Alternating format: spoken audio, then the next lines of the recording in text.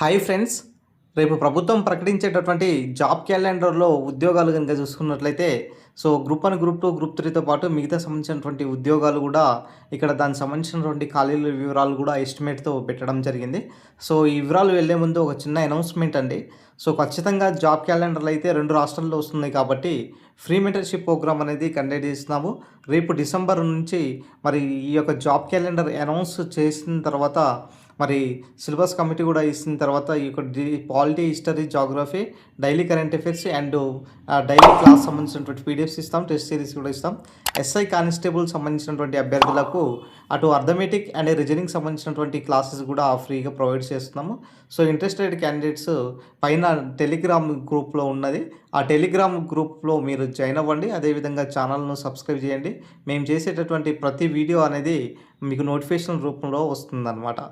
విషయానికి వెళ్ళే ముందు మరి జాబ్ క్యాలెండర్లు దాదాపుగా అన్ని శాఖలకు సంబంధించినటువంటి ఖాళీల పోస్టులు కనుక చూసుకున్నట్లయితే గ్రూప్ 1లో 300 పోస్టులు, గ్రూప్ 2లో 1000, గ్రూప్ 3, గ్రూప్ 4లో 10,000, ఎస్ఐపిసిలో దాదాపు 15,000, డిఎస్సిలో 5,000, లైబ్రరీన్ జిఎల్, డిఎల్లో 2,000, అటవీ శాఖల్లో 2,000, అంగన్వాడీలో 14,000, విద్యుత్ శాఖలో 5,000, దేవాదాయ శాఖలో 324, ఏఎస్ఓలో 110, డిఈఓ గురుకులో 4,000, ల్యాబ్ టెక్నీషియన్లో 1,500 పోస్టులు, అసిస్టెంట్ ప్రొఫెసర్లో 450 పోస్టులతో సంబంధించినటువంటి ఏదైతే ఉన్నదో, తర్వాత పంచాయతీ సెక్రటరీ సంబంధించినటువంటి, అదేవిధంగా మిగతా జీపీఓ సంబంధించినటువంటి ఖాళీలు ఉన్నా కూడా మరి భర్తీ దిశగా ప్రభుత్వం అయితే ఈ అన్ని శాఖల్లో సంబంధించినటువంటి శాంతి కుమారి గారి నేతృత్వంలో ఏర్పాటు చేసినటువంటి కమిటీని సంబంధించినటువంటి ఏదైతే ఉన్నదో ఆ ఖాళీల కమిటీ దగ్గర నుంచి ఈ యొక్క వివరాలను స్వీకరించడం జరిగింది.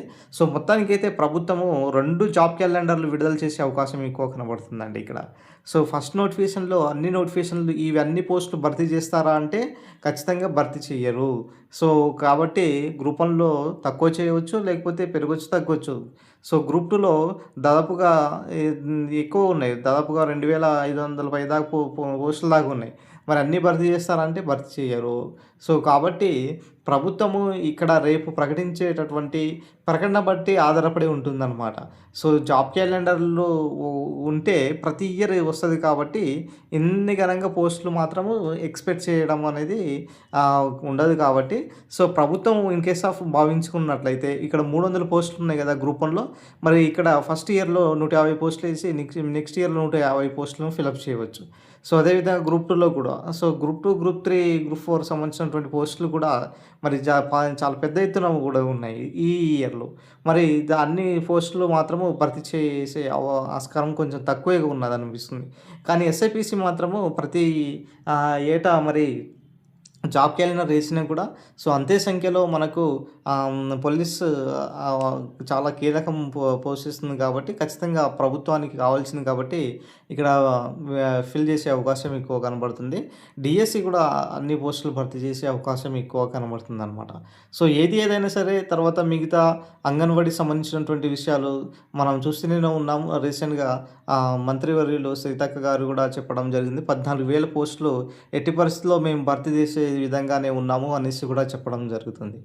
విద్యుత్ శాఖలో కూడా మరి 5,000 పోస్టుల దాకా, తర్వాత దేవాదాయ శాఖలో 324, ఏఎస్ఓ సంబంధించినటువంటి అన్ని పోస్టులు మనకు 2 విడతలుగా వచ్చే అవకాశం ఎక్కువ కనబడుతున్నాయండి. ఫస్ట్ దాంట్లో అన్ని నోటిఫికేషన్లు ఇవ్వడం అనేది సాధ్యం కాదు కాబట్టి ఈ 2 విడతల్లో ఈ యొక్క పోస్టులు వచ్చే అవకాశం ఎక్కువ కనబడుతుంది. అందుకోసమే వార్షిక జాబ్ క్యాలెండర్ను అనౌన్స్ చేసే అవకాశం ఎక్కువ కనబడుతుంది.